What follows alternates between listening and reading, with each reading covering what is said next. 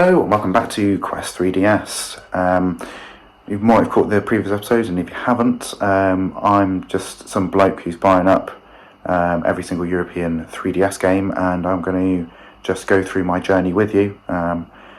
More so for my own enjoyment when I watch this back in years to come and think, Christ, I burned quite a bit of money back then. But let's start with 5 games I'm going to show you here. So the first of which, none of these are that special in this batch, I've got to say, they're just humdrum ones that are filler to go into your collection. But we've got Duel Link: The Legends of Atlantis 3D. I think it's a reasonably common one. I think it's pretty easy to find this, but it's easy to get sort of mixed up with how many Duel Link and Dual Quest games and, such like games there are on this console. And it turned out I didn't have this one. And it's only recently that I've made a full list of everything that I didn't have, so I can sort of fill in the blanks and stuff. It was a cheap game. I think it's like £2. I don't think it's ever going to be worth less than that. Whether it's worth more is open to debate, but I think, in all honesty, most Common Garden 3DS games will get to the point where the entry level is £10. So it's going to move with the value of stuff as time moves forward. So yeah, that was a cheapie. I might play it. It looks quite fun, to be honest, on the back. Might be a nice little excursion for a Sunday afternoon or something. Next one up is Funky Barn 3D. There's not many copies of this about, to be honest. I had it on the Wii U originally, and I bought it brand new on the Wii U. Sort of a bit of a back tread for that was I bought a Wii U when they first came out, and I've avid supporter of that. I pretty much got 3/4 of all the releases for the system, like pretty much every heavy hitter and stuff like that. Before packing in, I was like, I can't bother with it because, one, the machines are quite fragile with the disc drives, and 2, I think the discs are going to degrade massively over the next sort of 10 years or so. So a combination of those two, you're not really going to have many people that are going to be buying the games because they don't have the machine. But moving back to this, yeah, and I skipped it on 3DS at the time. Came out at the same time as the Wii U.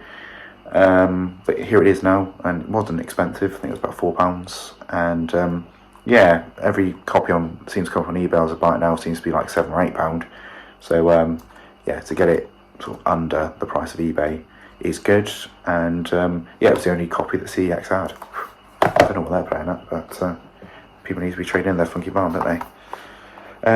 Next one is Thomas and Friends, which is steaming around Sodor. It's by GSP. They pumped out some notoriously sort of budget games on the 3DS, kid-friendly stuff. I think Fireman Sam's another one of theirs, and maybe also they did a Wizard of Oz type one, I think. But anyway, moving back to this game here, sort of lots of little mini games you can do on it.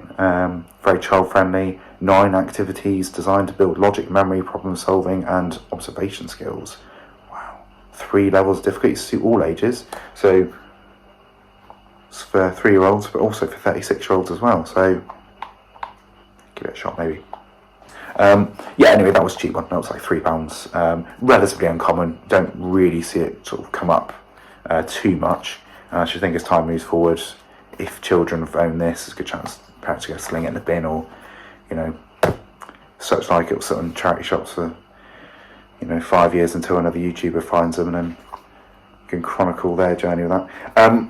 Next up is Monster High 13 Wishes.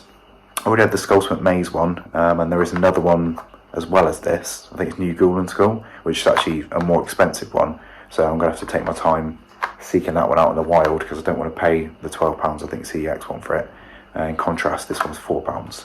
So yeah, again, I think I had this on the Wii U, so skip 3DS, and I'm a 36-year-old bloke who isn't into dolls, so Monster High 13 Wishes, never going to get played, but it's in the collection now, so welcome to the party, pal.